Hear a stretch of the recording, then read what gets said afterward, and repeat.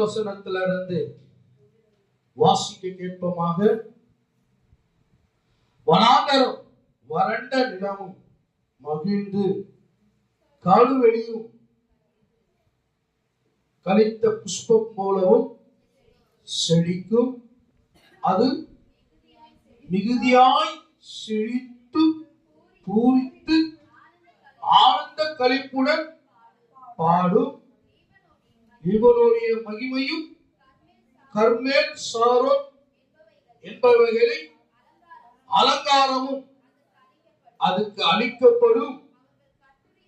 அவர்கள் கர்த்தருடைய மகிமையும் தம்முடைய தேவனுடைய மகத்துவத்தையும் காண்பார்கள்.